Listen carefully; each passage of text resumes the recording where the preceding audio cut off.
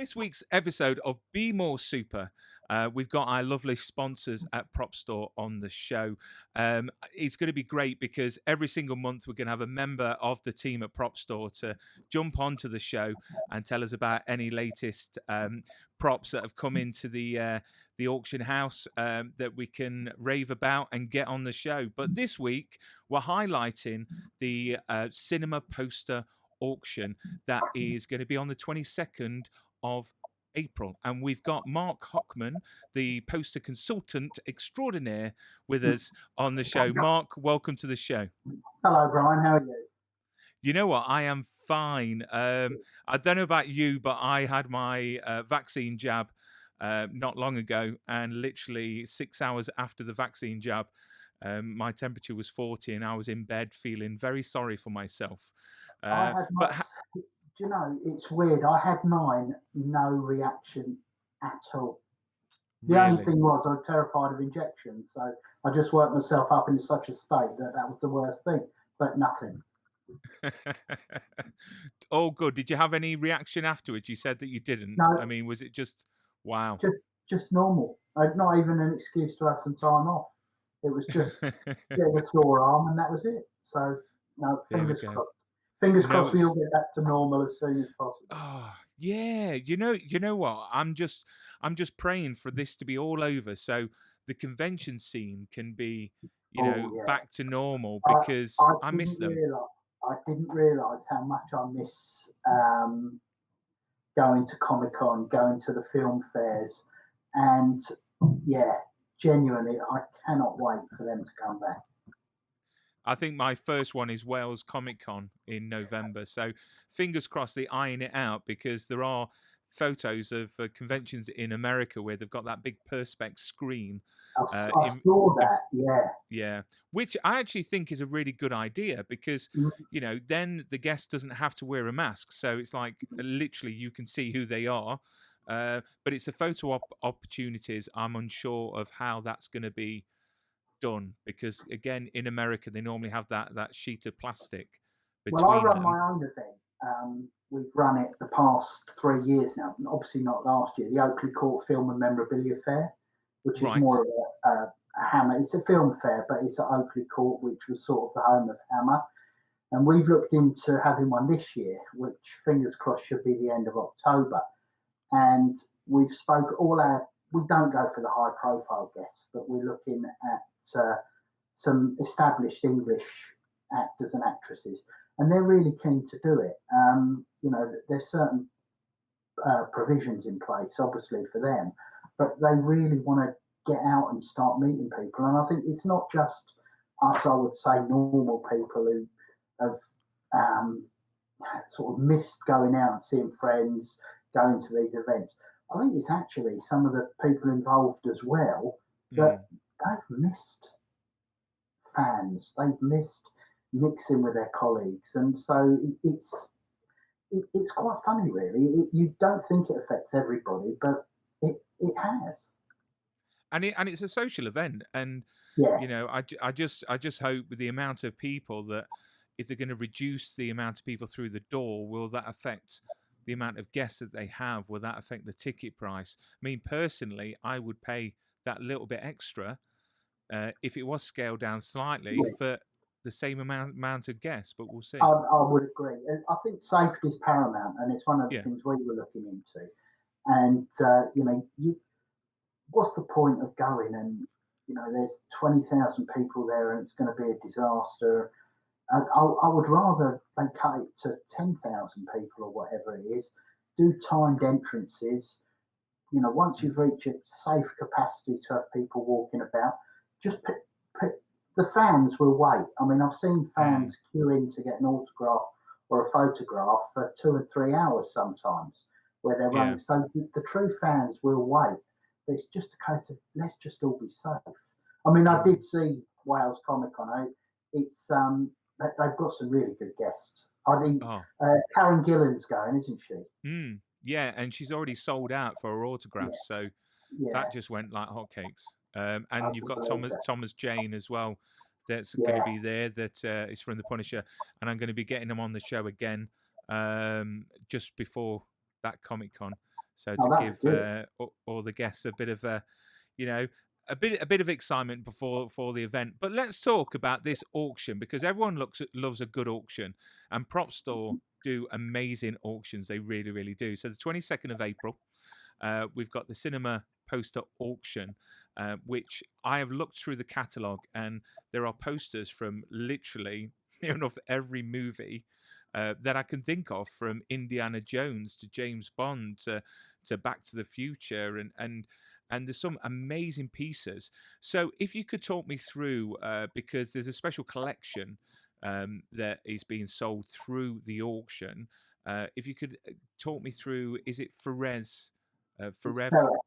It's Ferrer. the Ferret Archive collection, and we're absolutely thrilled to be presenting it to the public.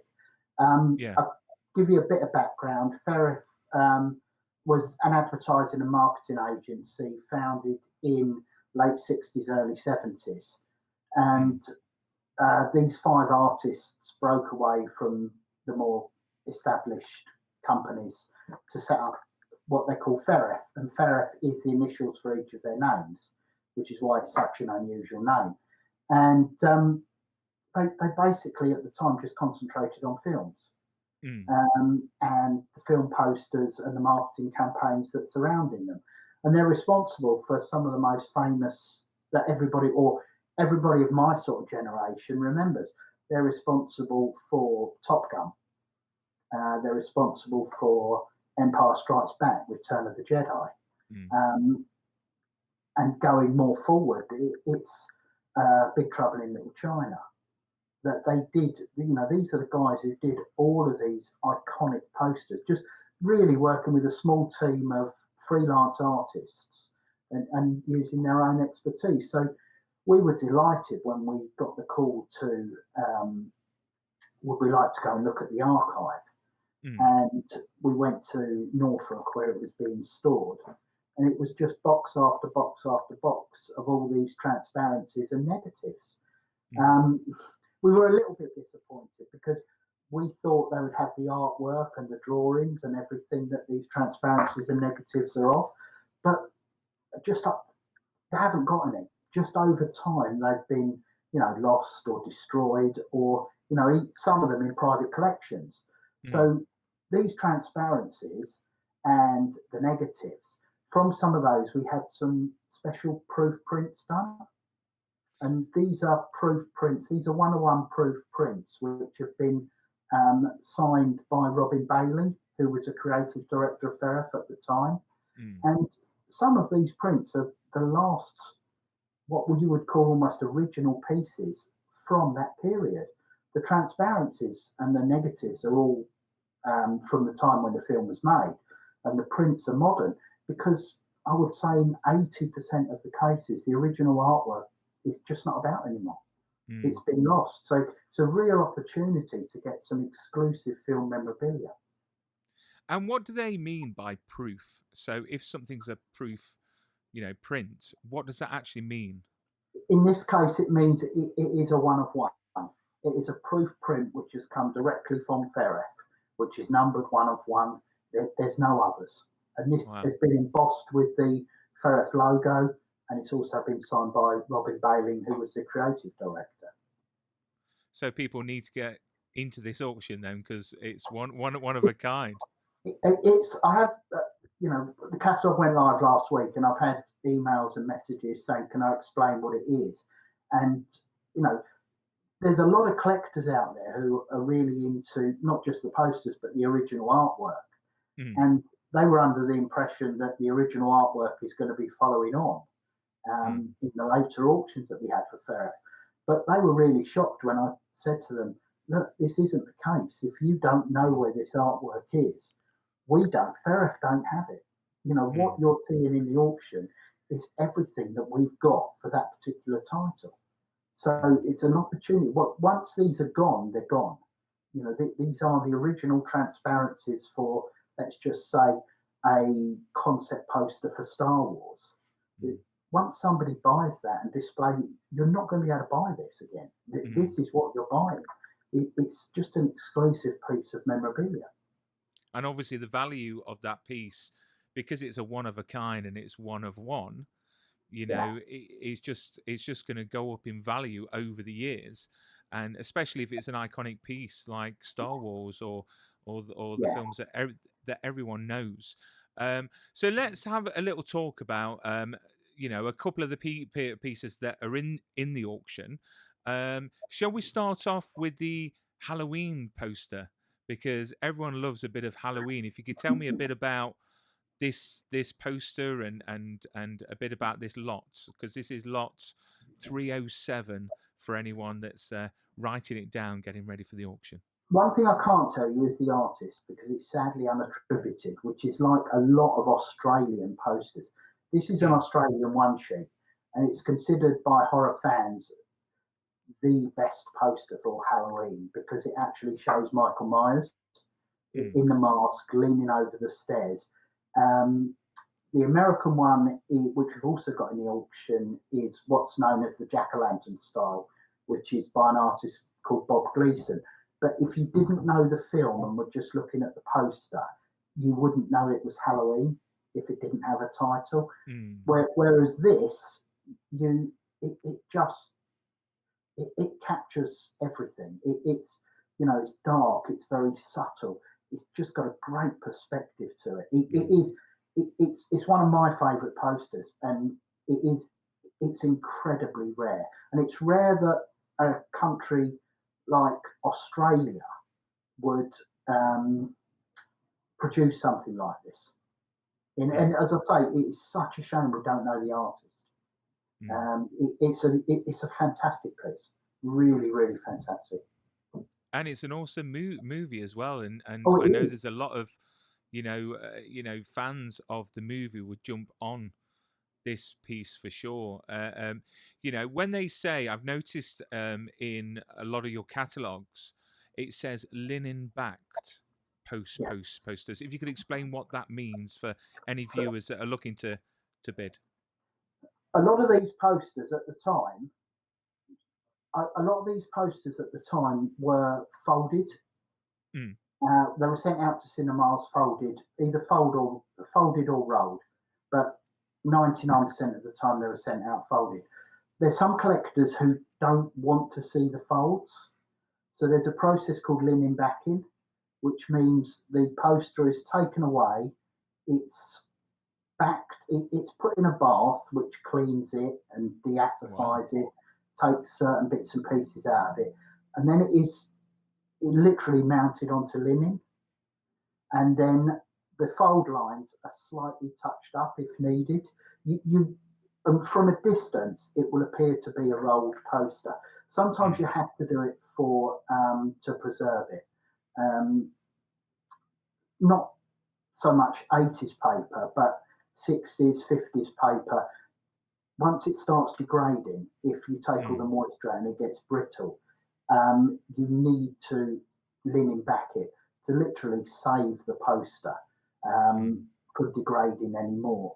And that sort of developed into what we call linen backing now, whereas some clients they don't want to see the fold lines. They mm. want to display the poster to the best effect, so they will have it linen backed. And it does also preserve the poster as well. So there are pieces in the auction that the posters aren't linen backed. So how easy is it for someone that buys a poster through the auction to find somewhere to get it linen backed? Are there quite a few places in the UK that can provide that service? There's one or two places in the UK, but the real specialists are in America. Right. And in this day and age, it doesn't, with shipping the way it is probably just as easy to send a parcel to America, a tube Mm, with some posters in, let them do it, and then it gets sent back to us, particularly for large pieces, what we call large format posters. mm, So anything over a one sheet is 27 by 41 inches, a quad is 30 by 40. Yes, mm, they're fine to get backed in the UK, but anything bigger than that, three sheet or a six sheet is 81 by 81 inches. So it's big. So mm. we would recommend, we've got companies we refer posters to, which are based in the US. and they're very good. These are proper specialists in what they do. And when you've spent sometimes thousands of pounds on a poster, you know, you want the people handling it to be good at what they do. And everybody, you know, we won't refer anybody at Propstore who we aren't 100% sure of. That is awesome. So I presume that if someone bought something and they wanted to get information regarding getting it linen backed, obviously you would have that Yeah, information. That is wonderful yeah. news. And there's other people, Brian, who just want it left original. You know, that Mm, they want to see the fold lines. They want to see, you know, if it's maybe got a little bit of damage because it gives it an authenticity. And I hate mm. the antique word. It gives it a patina. So they, you know, they like that about it. They like the age Mm. and you know that it was hung in a cinema. Yeah, a bit of character as well, isn't it? Yeah, It's going back yeah, to the good old days. yeah, And then another piece that you've got. Everyone loves a bit of Bond. yeah. I can't wait to see the new Bond. It's been delayed so many times, it's unbelievable. I love. But we've got Timothy Dalton's Living Daylights poster. If you could tell me a bit about this piece, because there's quite a few pieces to this lot, if I'm correct in This saying. is actually part of the Ferreth Archive collection. You know, the Living Daylights and License to Kill. They worked on both the Dalton Bond films, and Mm, this particular work is by one of their, I would call their in-house artists, a guy called Brian Bysouth. mm, Really, really talented British artist who created some real iconic work throughout the 80s. yeah, That really was his golden era, the 80s. And, you know, this series of transparencies and negatives and concept workings are all Brian's work. And it just, when I was deciding with my colleague Tim, we were sort of deciding on what to get printed. This was just a no brainer. These two images just stood out. mm. And I think there's also in the lot, you see the transparency where they're put together. Um, Yes. and I'm not sure if I've got that. I don't think I have. it is in the lot where they're, but we decided on two separate prints Ah, because, fair yeah, enough. we've got the track, that's the negative, and we've got the transparency for that. That's And, you awesome. know, you can see how, you know, there it's cropped Mm, and you can just see it's a the Living Daylights was the last piece of actual uh, drawn Bond artwork. yeah. There was this, which was the advance poster, and then there was another one, which is the black gun barrel surrounded everything. But Mm, again, that was Brian Bysouth's work on both designs, and that was the last time a James Bond poster was actually physically drawn. mm. I mean, Everything, them posters are so iconic, yeah, definitely to that movie. yeah, So this piece has got quite a few elements to it. yeah, Um, and do you know what? It's a learning experience for me because me as a moviegoer, as a movie fan, I just see a poster on the wall. I never knew about transparencies and negatives and all that lot. So obviously, bidding on an item like this, you're getting all those elements, and it's kind of cool. I mean, it's mm, great to yeah. to display and to have on your wall or in a dark room, hid away for Oh, many years. well, we really thought that, you know, how could we make this a bit special? So when we realised they didn't have any artwork, and it was a case of, you know, we can't just put a transparency on display, no matter how good they look. And when you Mm, put a transparency on a light box, they look fantastic. mm, It's just like looking at a mini poster. So then we decided on having these prints, and I must admit that they've come out really, really well. There's some fantastic images in terms of the Ferreth archive that have never been seen before. On mm, the run we've got for Top Gun, I think we've got 12 or 13 different concept designs from what was the final finished poster, and they all look really cool. They are mm. in black and white because that's how they were drawn, and we didn't want to colorize them. But you know, the different designs are amazing, really, really amazing. And in an interview that I actually did with Robin Bailey, he said that the remit from 20th Century Fox at the time was it wasn't about Tom Cruise and Kelly McGuinness. He said, no, it's the planes. We want you to focus on the planes. That was the selling point for them, not the stars. Yeah, yeah, and you could see that in the poster, and those lots that you're talking about.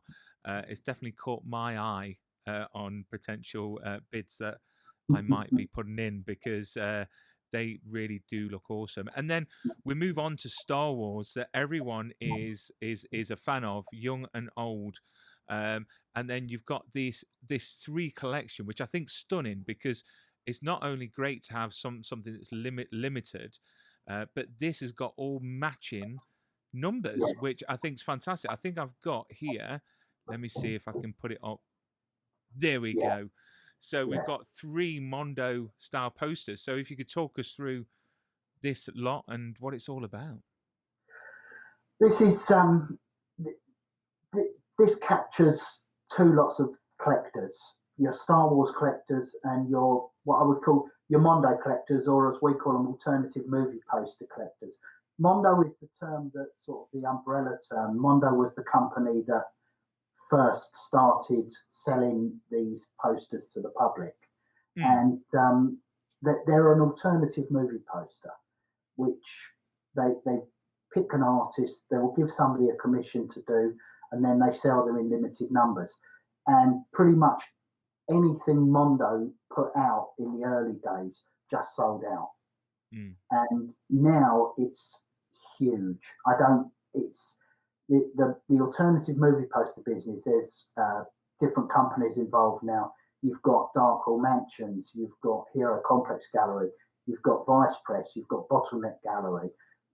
All with their own stable of artists that they use, just putting out these sometimes incredible mm, images and posters from not just films like Star Wars. You've got Pulp Fiction, you've got mm. the Universal Horror Monsters, and it's a whole new art. It's a whole new field of collecting that's just grown spectacularly. Since I mean, when I first came to Propstore, which was just under 2 years ago, one of the areas that I wanted to push in terms of our auction was the Mondo section, because it Yeah, is just it's hugely collectible. And when you get something like Tyler Stout's triptych there, and tie it into a Star Wars, it's brilliant. And then the Star Wars guys get on board in terms of what it is, and it just promotes it promotes the Star Wars as a film and a collecting hobby. The movie posters, because the Star Wars posters are closely tied into it. And then you've also got the alternative movie posters. And that is a particular. Tyler Stout is one of the biggest names in Mondo that's going. Um, he was one of the ones who started very early, and his work is so distinctive. It's hugely sought after. And the estimate for this is an artist proof set that we've got in the auction, and we expect that to do very well. yeah. They don't come up for sale. Sometimes you might see an odd one or an odd, because when they were released, they were actually released as 3 separate editions. But then you could buy them singly, and then there was a very small number that you could buy as a set. And so there are very few same numbered complete sets out there, because I know it sounds silly, but at the time they were the whole thing with alternative movie posters, it was relatively new. Mm. So people weren't, I think when this set come out, you could buy the set, it was available for something like $250.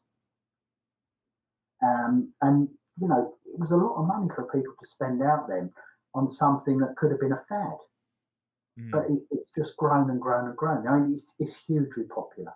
And I think what has helped is the fact that a lot of studios now are going to digital advertising boards. Mm. So there's more emphasis on artwork, and people, and not just people and fans want a return to this drawn style of advertising. and that is lot 263, if anyone is wondering. And I've got to say, having a set of three with the matching numbers, as you said, was very, very rare.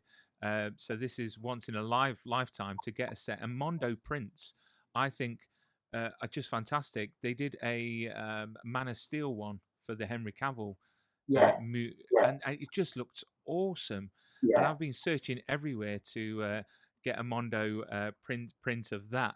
So let's talk about obviously potential bidders, and once those bidders win that poster, how would you advise them to preserve that poster in keeping it in perfect condition?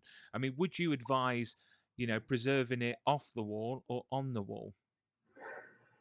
If you're going to display it and put it Mm, on the wall, then don't skimp on what you know. If you've paid several hundred for a poster, don't then just go and buy a frame from Amazon for 50 quid and hope it's going to be all right. Actually, spend the money on getting it framed by a conservator, somebody who knows about conserving the paper once it's framed. So look for a proper framer, a professional framer. Make sure that the materials they use are all conservation or museum quality. And don't be afraid to ask, has any of the materials you use got any acid in them? Because even if mm, it's the tiniest amount of acid, either in paper or tape, over time it can make the paper discolour. And always keep the glass or the perspex off of the paper. So when it's framed, just a small gap just to allow the air to get in there. And it's with that as well. It's sorry, I lost my train of thought there. Yeah, no, sorry, I've lost it. Sorry. So it's a bit like along the lines of framing autographs, Yeah, I suppose. yeah, So you want yeah, any acid-free mounts and UV glass, yeah. like It's you can use when you ask for the glass. A lot of people now are going for a glass called True View, mm, which appears as though there's no glass in the frame at all. You can get True View UV glass, which looks fantastic, but that is expensive. You just mm, don't see a glare off it. So normal UV protection is absolutely fine. I would still recommend that you don't hang it somewhere that's in direct sunlight all day.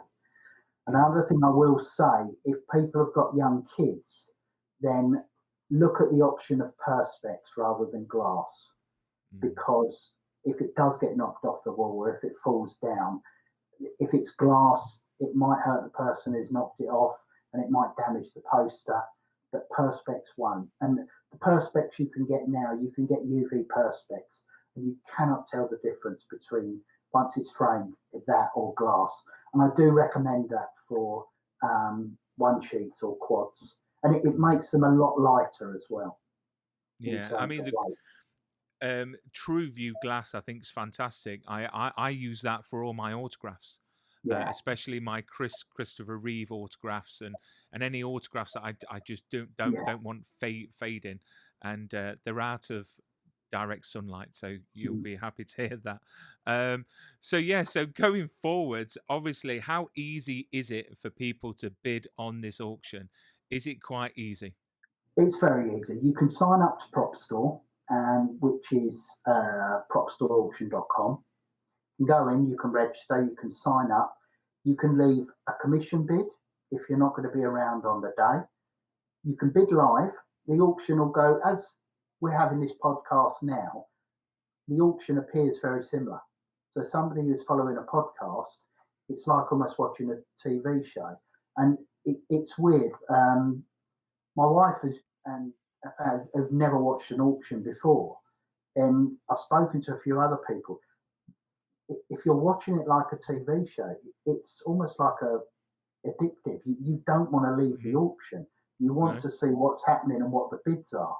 And it's yeah, I'm thinking about selling the format to a Ant and Deck to do a TV show on because it's weird. You just once you start getting into it, you don't want to come away from it. So Mm, yes, you can watch it live, and if you've registered, you can bid live. If there's something on there that you like and you've registered, you can just put your bid in. There's a button which comes up which says to bid and how much you're bidding, and it'll tell you if you've won it, or it'll tell you if you've been outbid, and you can get into a bidding war with somebody. You can email or telephone anyone in our office to leave a commission bid for people who maybe haven't got the internet or haven't got access. So let's just say the Star Wars posters we were talking about.